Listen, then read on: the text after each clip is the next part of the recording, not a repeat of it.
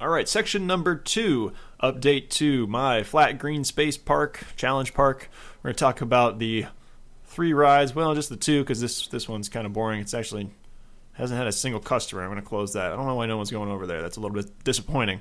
But we'll talk about these 2. The first one being Mineshaft. I don't know what this is called.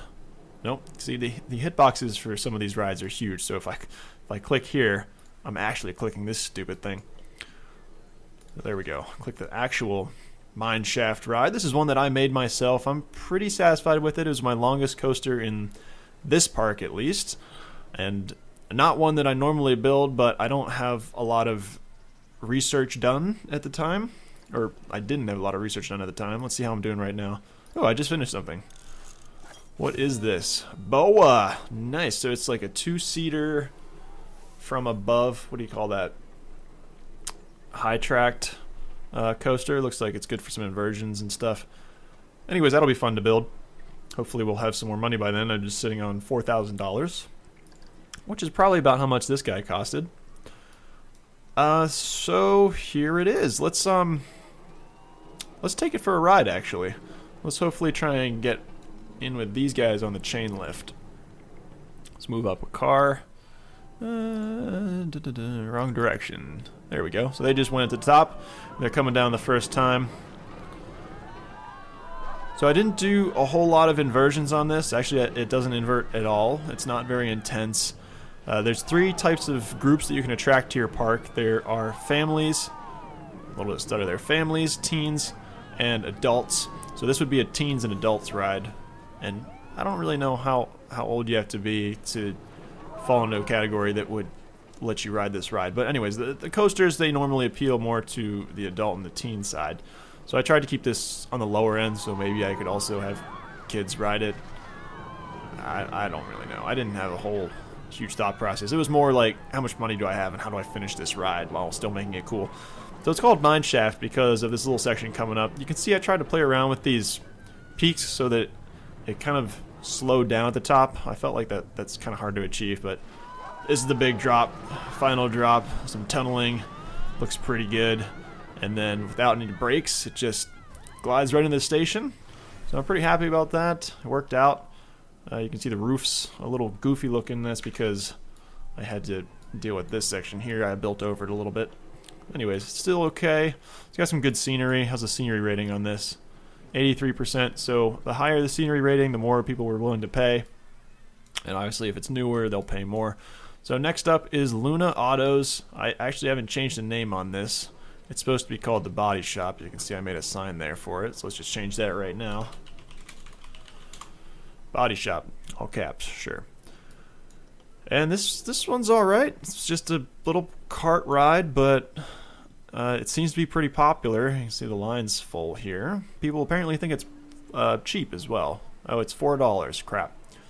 And it's negative $2,800.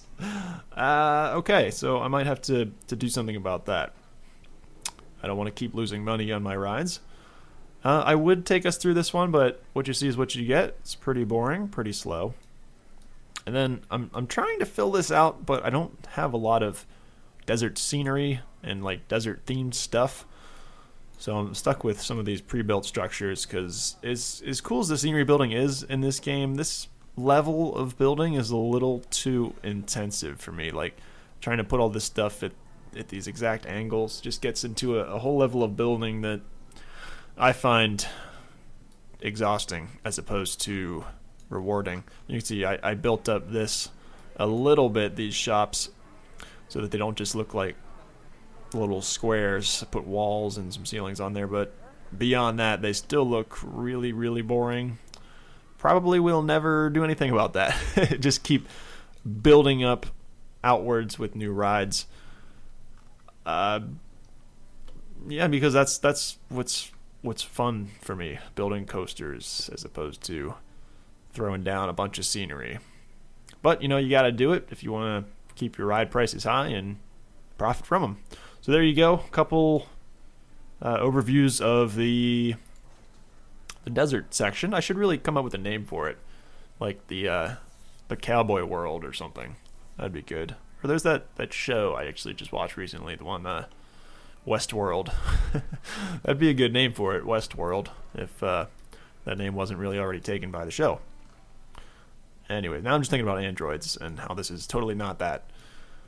So that is my update. Update number 2, taken care of. Just a couple of desert stuff, and as we unlock some more stuff, I think I'm actually researching something right now. Coal transporter. That's all it gives me. 1 day left. We can actually watch that get done. Let's speed this up a little bit. Hopefully it's something cool that I can add over here, like a big, fast roller coaster, because I don't have a whole lot of those. No inversions yet. Yeah, it doesn't look like it's going to invert. So it's a canyon coaster. Now those in Roller Coaster Tycoon were pretty fast and pretty intense. That one, it follows the theme, but it might not be exactly what I'm looking for. We'll have to go build the boa for that.